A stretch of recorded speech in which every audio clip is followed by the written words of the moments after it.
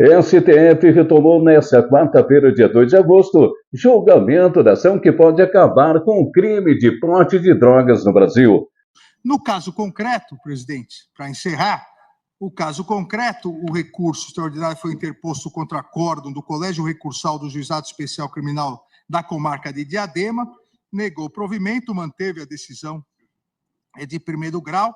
A situação fática é que Francisco Benedito de Souza cumpriu a pena em regime fechado e, após fiscalização da administração penitenciária, que identificou a posse de droga, admitiu ser dono de 3 gramas de maconha encontrado por agentes penitenciários.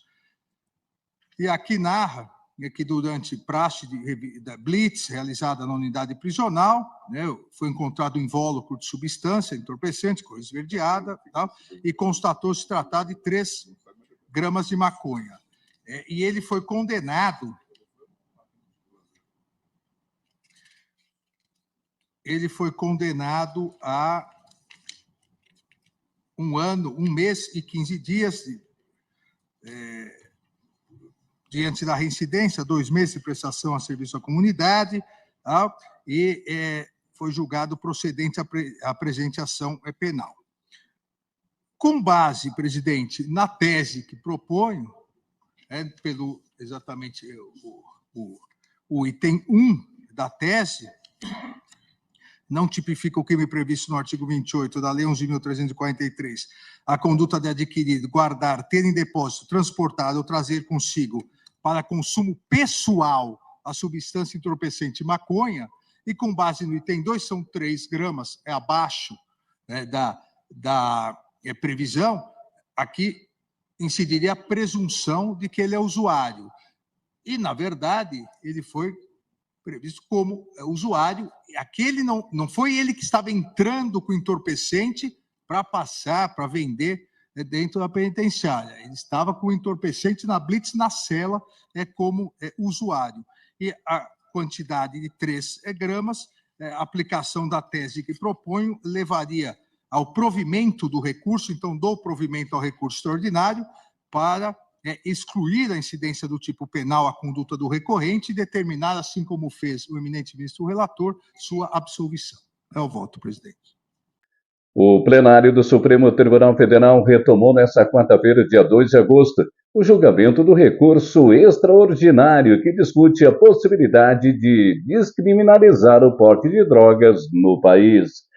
A discussão ocorre no âmbito da análise sobre a constitucionalidade do artigo 28 da Lei de Drogas.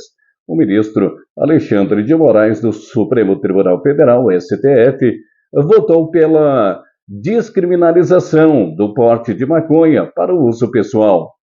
O ministro indicou a fixação da tese de que seja presumido usuário aquele que guarde, tenha, transporte ou traga consigo até 60 gramas de maconha ou 6 plantas fêmeas. A presunção, segundo o ministro, seria relativa, cabendo à autoridade policial verificar se há outros critérios caracterizadores do tráfico de entorpecentes, como a forma como está condicionado o entorpecente, a diversidade de entorpecentes com a pessoa, a apreensão de outros instrumentos, como balança, cadernos de anotação, celular, disse o ministro. Com isso, já são 4 os votos para que haja, em maior ou menor grau, a descriminalização do porte de maconha para consumo próprio. Apenas o relator ministro Gilmar Mendes votou para que seja descriminalizado o porte de todo e qualquer tipo de droga. Depois do voto, de Moraes Mendes pediu para que o julgamento fosse adiado, para que ele pudesse pensar nas ponderações do colega e trazer um voto mais consensual.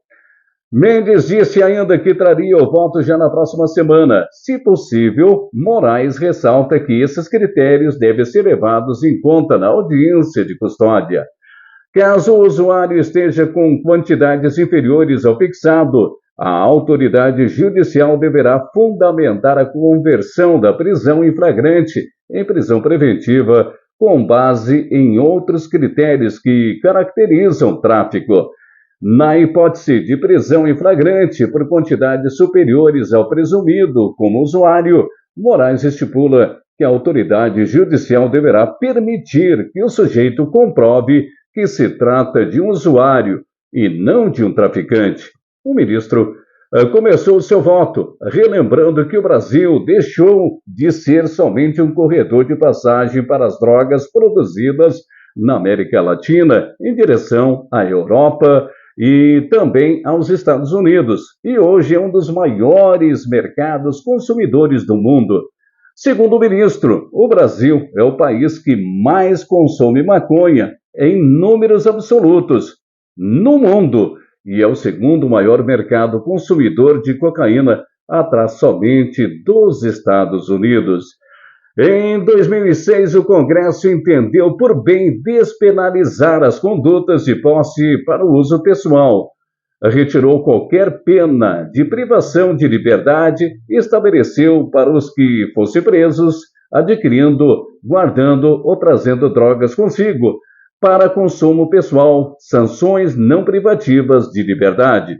Moraes também argumenta, com base em um estudo feito pela Associação Brasileira de Jurimetria, que a falta de definição de um critério quantitativo para diferenciar o usuário de traficante acabou causando uma injustiça entre pessoas que carregavam a mesma quantidade de droga. A Defensoria argumenta que o ato não afronta a saúde pública, só a saúde pessoal do usuário. Quando muito, no recurso, ela questiona também a constitucionalidade do artigo 28 da Lei de Drogas, número 11.343, que classifica como crime o porte de entorpecentes para consumo próprio. O principal argumento é que o dispositivo contraria o princípio da intimidade da vida privada, uma vez que a ação não implicaria em danos a bens jurídicos alheios. No caso concreto, Moraes dá provimento ao recurso extraordinário para excluir a incidência do tipo penal da conduta do recorrente e determina, assim como o relator, a sua absolvição.